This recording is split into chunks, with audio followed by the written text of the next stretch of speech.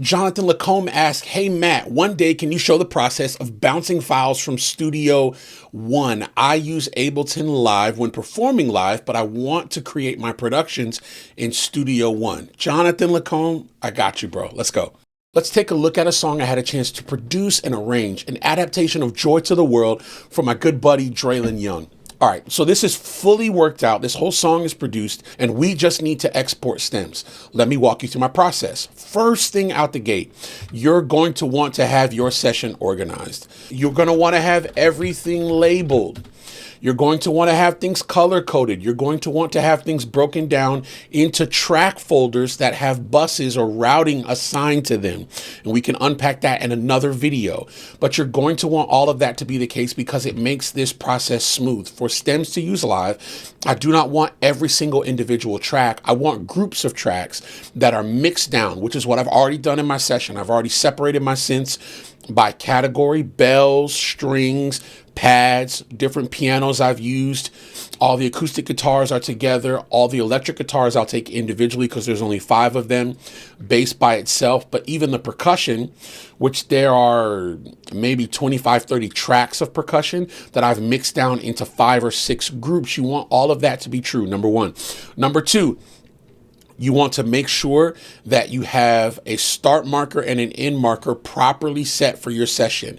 There's a key command. You can hold Command and press anywhere on the timeline and locate your start marker. So in case you don't want to bounce the entire length of the song, you can relocate the start marker, or maybe you've accidentally hidden it behind another marker, for example. You can relocate it to the beginning. Same with the end marker. You can hold Option and locate the end marker anywhere on the timeline you want to. You want to make sure that's accurately done.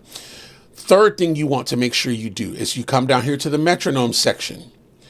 If you're not going to use the click in the native DAW that you're going to run this live, I would make sure your metronome settings are accurate and hit render for the timeline start to end, okay? You want to render the click for the entire duration of the song, and it's going to print it into an available track right down here. Perfect. Now you've got click. Let's export some stems. You can either come up to the top menu here and click export stems, or hold Command Option E. Okay. Now I already have my track folder selected, but let's pretend like you don't know what this is and walk you through the export stems menu from left to right. First off, you have 2 views of the export stems menu. You can view it in channel mode, which is a reflection of the mix window layout. That would include virtual instrument multi outputs that wouldn't appear in the arrangement view. That would include effects channels that you might not have visible for automation purposes in the arrangement view. Okay. Or you can render it in tracks view, which you'll notice is a little cleaner and a lot more concise, but does not include your routing folders. If you notice that, it's just a view of the instrument and audio channels. It does not take advantage of your subgrouping. Those are your 2 ways to do it. This could be helpful for when you are exporting to go to mix and want to do all of the individual channels and not your buses. But this is the most effective way to export stems. Channel view. You have 3 options. Select all tracks, select active tracks, which means it would exclude tracks that are muted or hidden, or you can select none. I like to start with none. Let's move to the middle section. You have a location browser, which will allow you to set up where your stems are going to go. I already have mine pointed to a folder in my Dropbox.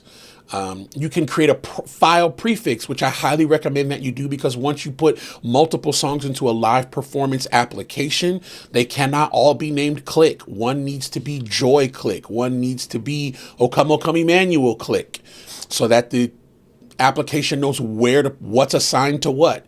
Okay, underneath you also have format in which you want to do it. They have multiple formats: AIFF, FLAC, MP4A, MP3. I typically like to go WAV. You can keep it in the native resolution, which mine is 24-bit, 48 kilohertz, or you can sample down and go to 1644.1. It'll take a little bit longer if you convert it outside of the native resolution, whatever yours is. Thirdly, you have the export range. That's why it was important for us to set the start and end point.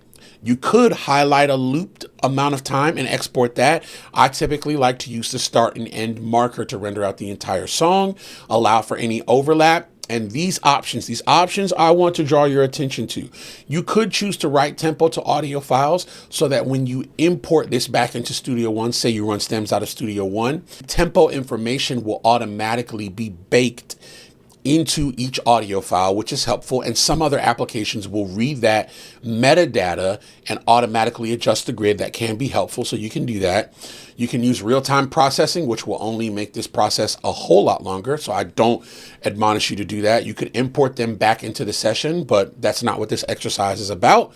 And I usually like to hit close after export, so this window won't come back up. It'll just disappear. Now, I want to draw your attention to keep speaker format. This is important for my Logic users because you're used to, when you click a mono track, it converting itself to a stereo file, right? So that means, like, I'm going to export my acoustic guitars as one big stem stereo, but let's say I clicked my bass. I don't want my bass stereo. I want it mono. When you hit preserve speaker or keep speaker format, it does not do what Logic tends to want to do, which is convert every mono file to a stereo file. A little Logic bashing humor today, okay? Once I have these options configured the way I want to, I simply select my tracks. I am teaching you the bus method, the routing folder method. This is the best way to go. This will keep your stems condensed to under 20 per song. So I'm going to click my gang vocal bus, my effects bus. These are my MIDI drums that I played individually stemmed out. I don't want those. I converted them to audio already. I'm going to take the drum bus. I'm going to take not the entire Perks bus. I have a sleigh bells bus. I have kicks. You see these icons? Those are audio icons. These are bus icons. These are instrument icons. So let's scroll back here and get Perks 1 bus, Perks 2 bus, Perks 3 bus, Perks 4 bus. Skipping this. These are MIDI instruments that are already summed here. Okay, I'm going to go get bass by itself, preserve speaker format, click and drag. I get all my electric guitars separately. I stem down my acoustic guitars to one stereo file. Then Synthland, I know the contrast makes it a little hard to see, but that's a bus. These are my pianos. These are my synths in Synth 1, my warm synths. Take an organ by itself.